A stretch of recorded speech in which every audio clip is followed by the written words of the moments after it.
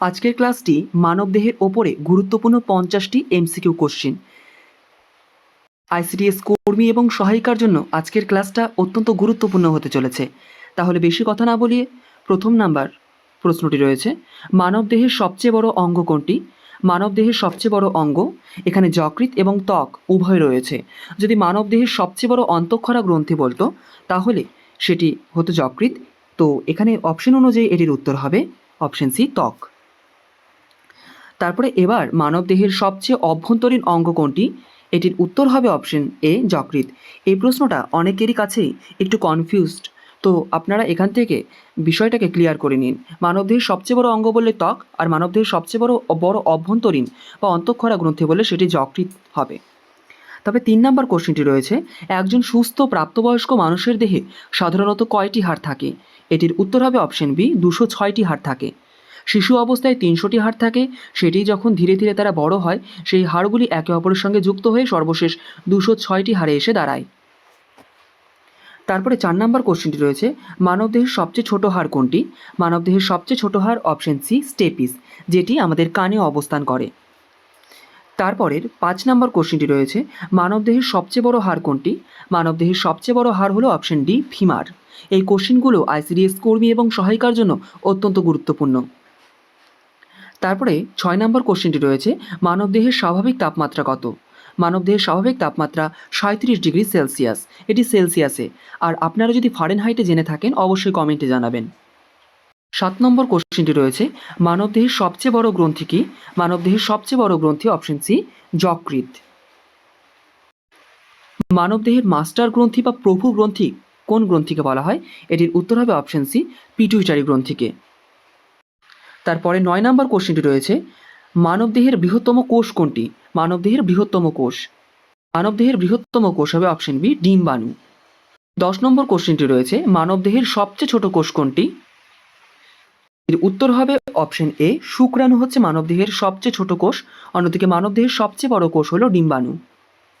11 নম্বর কোশ্চেনটি রয়েছে, মানবদেহের সবচেয়ে দীর্ঘ কোষ কোনটি? মানবদেহের সবচেয়ে দীর্ঘ কোষ অপশন সি, স্নায়ুকোষ বা নিউরন।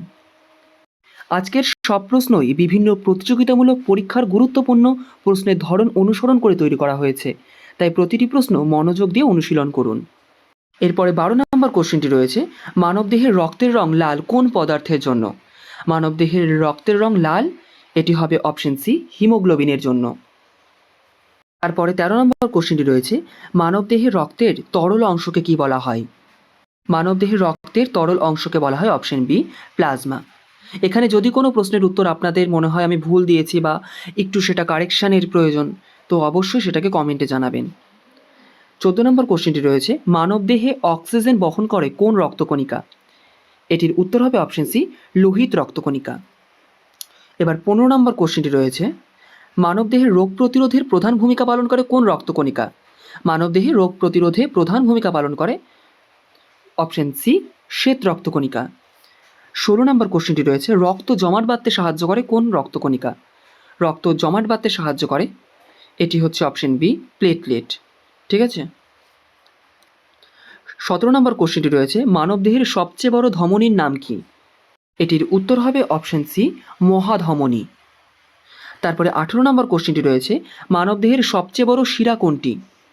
মানবদেহের সবচেয়ে বড় শিরা হলো, এটির উত্তর হবে অপশন ডি, ভেনা কাভা। 19 নম্বর কোশ্চেনটি রয়েছে, সুস্থ মানুষের হৃৎপিণ্ডে কয়টি প্রকোষ্ঠ থাকে? এটির উত্তর হবে অপশন সি, 4টি প্রকোষ্ঠ থাকে। তারপরের কোশ্চেনটি রয়েছে, মানবদেহের কোন অঙ্গ রক্ত পরিশোধন করে? রক্ত পরিশোধন করে থাকে অপশন বি, বৃক্ক বা কিডনি। অনেকের কাছে প্রশ্নগুলো সহজ লাগতেই পারে, কিন্তু পরীক্ষার প্রশ্নপত্র সহজ ও কঠিন দুই ধরনের প্রশ্ন মিলিয়েই তৈরি হয়। যারা পারছেন অভিনন্দন, আর যারা পারছেন না তারা নিয়মিত অনুশীলন চালিয়ে যান। পরে 21 নম্বর কোশ্চেনটি রয়েছে, মানবদেহের বৃহত্তম অন্তঃক্ষরা গ্রন্থি কোনটি? 21 নম্বর প্রশ্নের উত্তর, অর্থাৎ মানবদেহের বৃহত্তম অন্তঃক্ষরা গ্রন্থি কি? এটি হচ্ছে সি। একটি ছোট্ট সংশোধন, যকৃৎ দেহের বৃহত্তম বহিঃক্ষরা গ্রন্থি আর থাইরয়েড বৃহত্তম অন্তঃক্ষরা গ্রন্থি। আগে আমি শুরুতে অনিচ্ছাকৃত ভুল করেছি, তার জন্য আন্তরিকভাবে দুঃখিত। আপনারা 2 নম্বর কোশ্চিনে আমার কথাটিকে একটু মিলিয়ে নেবেন। তারপরে 22 নম্বর কোশ্চেনটি রয়েছে, ইনসুলিন হরমোন কোন গ্রন্থি থেকে নিঃসৃত হয়? ইনসুলিন হরমোনটি নিঃসৃত হয় অপশন বি, অগ্নাশয় থেকে। তারপরে 23 নম্বর কোশ্চেনটি রয়েছে, মানবদেহের সবচেয়ে বড় লালা গ্রন্থির নাম কি? মানবদেহের সবচেয়ে বড় লালা গ্রন্থি কোনটি? মানবদেহের সবচেয়ে বড় লালা গ্রন্থি অপশন সি, প্যারোটিড গ্রন্থি। তারপরে 24 নম্বর কোশ্চেনটি রয়েছে, পিত্তরস কোন অঙ্গে তৈরি হয়? পিত্তরস কোন অঙ্গে তৈরি হয়? এটির উত্তর হবে অপশন সি, যকৃতে। তারপরে 25 নম্বর কোশ্চেনটি রয়েছে, পিত্তরস কোথায় সঞ্চিত থাকে? পিত্তরস সঞ্চিত থাকে অপশন সি, পিত্তথলিতে। তারপরের প্রশ্নটা দেখে নেব, 26 নম্বর প্রশ্ন, মানবদেহে ইউরিয়া কোথায় তৈরি হয়? এর উত্তর হবে অপশন বি, যকৃতে। মানবদেহে ইউরিয়া তৈরি হয় যকৃতে। জিকের সিলেবাস অনেক বড়, তাই সাজেশনের উপরে নির্ভর না করে অধ্যায়ভিত্তিক প্রস্তুতি নেওয়াই সবচেয়ে ভালো সিদ্ধান্ত। তাই আপনাদের হাতে যেহেতু সময় আছে অনেক, আপনারা অধ্যায়ভিত্তিকভাবেই পড়ার চেষ্টা করুন। তারপরে 26 নম্বর কোশ্চেনটি রয়েছে, 27 নম্বর কোশ্চেনটি রয়েছে, মানবদেহে ইউরিয়া প্রধানত কোন অঙ্গের মাধ্যমে দেহ থেকে বের হয়ে যায়? তারপরে 28 নম্বর কোশ্চেনটি রয়েছে, খাদ্যনালীর সবচেয়ে দীর্ঘ অংশ কোনটি? এর উত্তর হবে অপশন সি, ক্ষুদ্রান্ত। ক্ষুদ্রান্ত হলো খাদ্যনালীর সবচেয়ে দীর্ঘতম অংশ। তারপরে 29 নম্বর কোশ্চেন রয়েছে, খাদ্য পরিপাকের অধিকাংশ অংশ কোথায় সম্পন্ন হয়? খাদ্য পরিপাকের বেশিরভাগ কাজই সম্পন্ন হয় অপশন বি, ক্ষুদ্রান্তে। তারপরে 30 নম্বর কোশ্চেনটি রয়েছে, মানবদেহে পানি শোষণের প্রধান স্থান কোনটি? অর্থাৎ মানবদেহে জল শোষণের প্রধান স্থান কোনটি? এর উত্তর হবে অপশন সি, বৃহদান্ত্র। তারপরের 31 নম্বর কোশ্চেনটি, তার আগে একটি ছোট্ট কথা, ভিডিওটি ছোট রাখার জন্য আমি সঙ্গে সঙ্গে উত্তর বলে দিচ্ছি, তাই প্রশ্ন দেখেই ভিডিওটি একটু পজ করুন, আগে নিজে উত্তর দিন, তারপরে উত্তর মিলিয়ে নিন। 31 নম্বর কোশ্চেনটি রয়েছে, মানবদেহে শ্বাস প্রশ্বাসের প্রধান অঙ্গ কোনটি? মানবদেহে শ্বাস প্রশ্বাসের প্রধান অঙ্গ অপশন এ, ফুসফুস। এর পরবর্তী ভিডিও আসছে ভারতবর্ষের বিভিন্ন শহরের উপনাম, যে টপিক থেকে আইসিডিএস এক্সামে বিভিন্ন কোশ্চেন এসেছে। এখন যে টপিকটি করাচ্ছি এই টপিক থেকেও আইসিডিএস এক্সামের গত বছরগুলিতে অনেক কোশ্চেন এসছে, তো কাজেই এই ভিডিওটাকে খুব মন দিয়ে দেখুন। 32 নম্বর কোশ্চেনটি রয়েছে, মানবদেহের গ্যাস আদান প্রদান ফুসফুসের কোন অংশে ঘটে? এটির উত্তর হবে অপশন সি, মানবদেহে গ্যাস আদান প্রদান ফুসফুসের অ্যালভিওলাইয়ের মধ্যে সম্পন্ন হয়ে থাকে। তারপরে 33 নম্বর কোশ্চেন রয়েছে, মানুষের হৃৎপিণ্ড কোন গহ্বরে অবস্থিত? এটির উত্তর হবে অপশন বি, বক্ষ গহ্বরে। তারপরে 34 নম্বর কোশ্চেন রয়েছে, মানবদেহে রক্ত সঞ্চালন আবিষ্কার করেন কে? এটির উত্তর হবে মানবদেহে রক্ত সঞ্চালন আবিষ্কার করেছিলেন উইলিয়াম হার্ভে, অপশন ডি। তারপরে 35 নম্বর কোশ্চেনটি রয়েছে, মানবদেহের কোন অঙ্গকে দেহের রাসায়নিক গবেষণাগার বলা হয়? মানবদেহের কোন অঙ্গকে দেহের রাসায়নিক গবেষণাগার বলা হয়? এটির উত্তর হবে অপশন এ, যকৃৎ বা লিভারকে। 36 নম্বর কোশ্চেনটি রয়েছে, মানবদেহের বৃহত্তম লসিকাঙ্গ অর্থাৎ লসিকা গ্রন্থি কোনটি? এর উত্তর হবে অপশন ডি, প্লীহা। তারপরে 37 নম্বর কোশ্চেনটি রয়েছে, মানবদেহের নিয়ন্ত্রণ কেন্দ্র কোন অঙ্গ? অর্থাৎ আমাদেরকে যে নিয়ন্ত্রণ করছে সেটি কোন অঙ্গ? তার উত্তর হবে অপশন বি, মস্তিষ্ক। মানবদেহের সবচেয়ে বড় অংশ কোনটি? মানবদেহের সবচেয়ে বড় অংশ এই অপশনগুলোর মধ্যে এটির উত্তর হবে ধর। 39 নম্বর কোশ্চেনটি গত বছরের আইসিডিএস এক্সামগুলিতে এসেছিল, মানবদেহের ভারসাম্য রক্ষা করে মস্তিষ্কের কোন অংশ? সেখানে অপশনে ছিল লঘু মস্তিষ্ক, কিন্তু লঘু মস্তিষ্ককে আমরা আর অন্য কি নামে জানি সেটি হচ্ছে আসল এখানে বলার বিষয়। সেরিব্রাম না সেরিবেরাল? এটির উত্তর হবে অপশন সি, সেরিবেরাল। সেরিব্রাম বলতে বোঝায় গুরু মস্তিষ্ককে। তারপরে 40 নম্বর কোশ্চেনটি দেখে নেব, মানবদেহের অনৈচ্ছিক ক্রিয়া নিয়ন্ত্রণ করে মস্তিষ্কের কোন অংশ? এটির উত্তর হবে অপশন ডি, মেডুলা অবলঙ্গাটা। 41 নম্বর কোশ্চেনটি রয়েছে, মানবদেহের সবচেয়ে শক্ত হাড় কোনটি? সবচেয়ে শক্ত হাড় এটি হচ্ছে অপশন সি, ম্যান্ডিবল বা নিচের চোয়ালের হাড়। এই সিরিজে জিকে এর প্রতিটি গুরুত্বপূর্ণ অধ্যায় আলাদা আলাদা এমসিকিউ হিসেবে নিয়ে আসব। পুরো সিরিজটি অনুসরণ করলে আপনার প্রস্তুতি আরও গোছালো হবে। 42 নম্বর কোশ্চেনটি রয়েছে, মানবদেহের সবচেয়ে শক্ত পদার্থ কোনটি? মানবদেহের সবচেয়ে শক্ত পদার্থটি হচ্ছে অপশন বি, দাঁতের এনামেল।